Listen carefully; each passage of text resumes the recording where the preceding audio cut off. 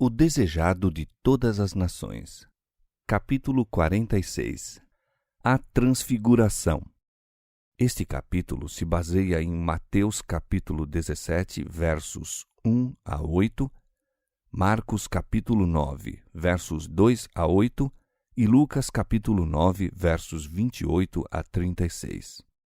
Vai baixando a noite quando Jesus chama para junto de si 3 de seus discípulos, Pedro, Tiago e João, e os conduz através dos campos e por acidentada vereda a uma deserta encosta de montanha.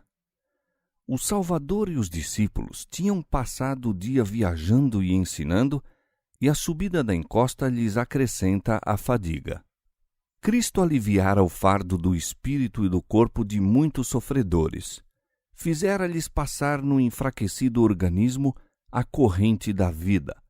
Ele próprio, no entanto, também se acha sujeito às contingências humanas e, como os discípulos, cansa-se com a ascensão. A luz do sol poente paira ainda no cimo da montanha, dourando com sua esmaecente glória o trilho que percorrem. Mas em breve se dissipa a claridade nos montes e nos vales, o sol oculta-se por trás do horizonte ocidental e os solitários viandantes se acham envoltos nas trevas da noite. As sombras que os rodeiam condizem com a tristeza de sua alma, em torno da qual se aglomeram e condensam as nuvens. Os discípulos não ousam perguntar a Cristo aonde vai, nem para que fim. Ele tem muitas vezes passado noites inteiras nas montanhas em oração.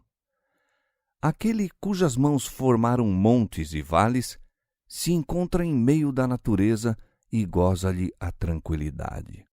Os discípulos o seguem. Cogitam, todavia, por que motivo os conduziria o Mestre por essa afadigante subida quando estavam cansados e ele próprio se achava necessitado de repouso. Afinal, Cristo lhes diz que não precisam ir mais adiante. Afastando-se um pouco deles, o homem de dores derrama suas súplicas com grande clamor e lágrimas. Roga força para resistir à prova em favor da humanidade. Precisa ele próprio de apoiar-se com renovado vigor à onipotência, pois só assim pode contemplar o futuro.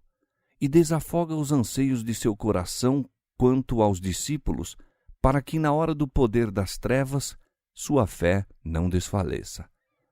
Cai espesso o orvalho sobre o curvado corpo, mas ele o não sente. Adensam-se as sombras da noite ao seu redor, mas não lhes atende ao negror. Assim se passam vagarosamente as horas. A princípio, os discípulos unem as próprias preces às suas, com sincera devoção. Algum tempo depois, porém, são vencidos de cansaço e, mesmo esforçando-se por conservar o interesse, ei-los adormecidos. Jesus lhes falara de seus sofrimentos, levara-os consigo para que se lhe unissem em oração. Está mesmo então a interceder por eles. O Salvador notara a tristeza dos discípulos e desejara amenizar-lhes a mágoa com a certeza de que sua fé não fora vã. Nem todos, mesmo dentre os 12, podem receber a revelação que lhes deseja fazer. Unicamente os 3 que lhe hão de testemunhar a angústia no Getsêmani foram escolhidos para estar com ele no monte. Agora, a nota predominante de sua prece é que lhe seja dada uma manifestação da glória que ele tinha com o Pai antes que o mundo existisse, que seu reino seja revelado a olhos humanos e que os discípulos sejam fortalecidos pela contemplação do mesmo. Roga que testemunhem uma manifestação de sua divindade, que, na hora de sua suprema agonia, os conforte com o conhecimento de que ele é, com certeza, o Filho de Deus e que sua ignominiosa morte é uma parte do plano da redenção.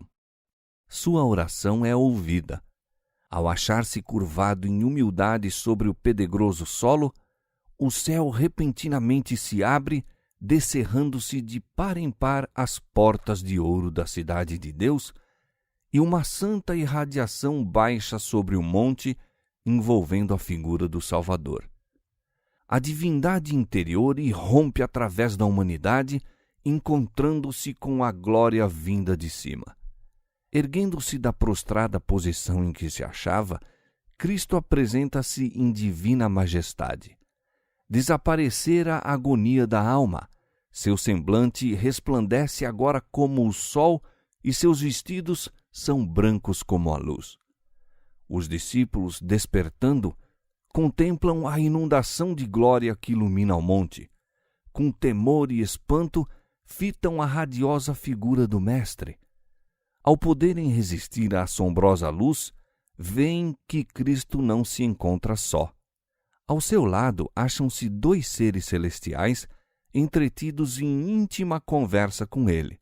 São Moisés, que falara com Deus sobre o Sinai, e Elias, a quem foi concedido o alto privilégio, outorgado unicamente a mais outro dos filhos de Adão, de não passar sob o poder da morte. Sobre o Pisga, 15 séculos atrás, estivera Moisés em contemplação da terra da promessa. Mas por causa de seu pecado em Meribá, não lhe fora dado ali entrar. Não devia ter a alegria de introduzir as hostes de Israel na herança de seus pais. Foi-lhe recusada sua angustiosa súplica: rogo-te que me deixes passar para que veja esta boa terra que está além do Jordão, esta boa montanha e o Líbano. Deuteronômio 3:25. Deve-lhe ser negada a esperança que por 40 anos aclarara as sombras das vagueações do deserto. Uma sepultura nesse deserto, eis o objetivo daqueles anos de labuta e opressivo cuidado. Mas aquele que é poderoso para fazer tudo muito mais abundante, além daquilo que pedimos ou pensamos, Efésios 3:20. Assim atenderá à súplica de seu servo. Moisés passou sob o domínio da morte, mas não devia permanecer na sepultura. O próprio Cristo o chamou à vida. Satanás, o tentador, reclamara o corpo de Moisés por causa de seu pecado, mas Cristo, o Salvador, o tirara da tumba. Judas, verso 9. Moisés, sobre o Monte da Transfiguração, era um testemunho da vitória de Cristo sobre o pecado e a morte. Representava os que sairão do sepulcro na ressurreição dos justos. Elias, que fora transladado ao céu sem ver a morte, representava os que se hão de achar vivos na terra por ocasião da segunda vinda de Cristo e que serão transformados num momento, num abrir e fechar de olhos, ante a última trombeta, quando isto que é mortal se revestir da imortalidade e isto que é corruptível se revestir da incorruptibilidade. 1 Coríntios capítulo 15, versos 51 a 53. Jesus estava revestido da luz do céu, como há de aparecer quando vier a segunda vez, sem pecado para a salvação, pois virá na glória de seu Pai com os santos anjos. Hebreus 9:28 e Marcos 8:38. Cumpriu-se então a promessa do Salvador aos discípulos. Sobre o monte foi representado em miniatura o futuro reino da glória, Cristo, o Rei, Moisés como representante dos santos ressuscitados e Elias dos transladados. Os discípulos ainda não compreendem a cena, mas regozijam-se de que o paciente mestre, o manso e humilde, que tem vagueado para cá e para lá como desamparado peregrino, seja honrado pelos favorecidos do céu. Creem que Elias veio para anunciar o reino do Messias e que o domínio de Cristo está prestes a se estabelecer na terra. A lembrança de seu temor e decepção querem eles banir para sempre. Ali onde se revela a glória de Deus, desejam demorar-se. Pedro exclama: Mestre, bom é que nós estejamos aqui e façamos 3 cabanas, uma para ti, outra para Moisés e outra para Elias. Os discípulos estão confiantes que Moisés e Elias foram enviados para proteger seu mestre e estabelecer-lhe a autoridade de rei. Antes da coroa, no entanto, é preciso que venha a cruz. Não a consagração de Cristo como rei, mas a morte a verificar-se em Jerusalém é objeto da conferência deles com Jesus. Levando a fraqueza da humanidade e oprimido com a dor e o pecado da mesma, andava Jesus sozinho por entre os homens. À medida que sobre ele se adensavam as trevas da vindoura provação, seu espírito se sentia isolado num mundo que o não conhecia. Mesmo seus amados discípulos, absorvidos com sua própria dúvida, pesares e ambiciosas esperanças, não tinham compreendido o mistério de sua missão. Ele vivera na comunhão e no amor do céu. No mundo que ele próprio criara, no entanto, encontrava-se em soledade. Então enviara o céu seus mensageiros a Jesus, não anjos, mas homens que suportaram sofrimentos e tristezas e estavam aptos a sentir com o Salvador na prova de sua existência terrestre. Moisés e Elias foram colaboradores de Cristo, partilharam de seus anseios em torno da salvação dos homens. Moisés intercedera por Israel. Agora, pois, perdoa o seu pecado, se não, risca-me, peço-te, do teu livro que tens escrito. Êxodo 32:32. Elias conhecera a soledade de espírito quando, por 3 anos e meio de fome, suportara o peso do ódio e da miséria da nação. Sozinho mantivera-se na defesa de Deus sobre o Monte Carmelo. Sozinho fugira para o deserto em angústia e desespero.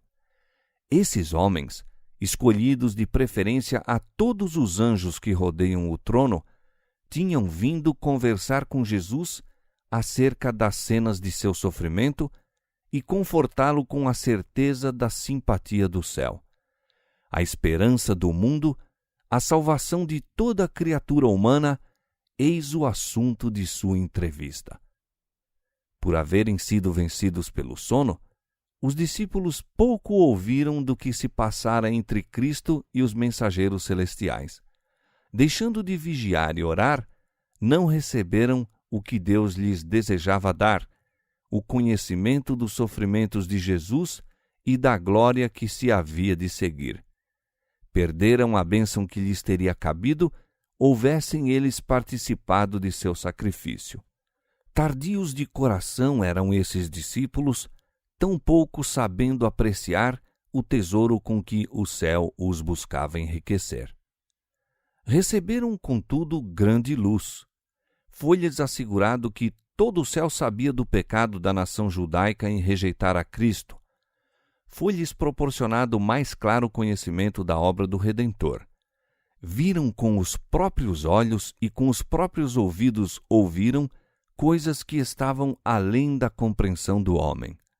Eram testemunhas oculares de sua majestade, 2 Pedro 1,16, e reconheciam que Jesus era de fato o Messias, de quem haviam testificado patriarcas e profetas, e que, como tal, o aceitava o universo celeste. Estando ainda a contemplar a cena sobre o monte, eis que uma nuvem luminosa os cobriu. E da nuvem saiu uma voz que dizia: Este é o meu amado Filho, em quem me comprazo. Escutai-o.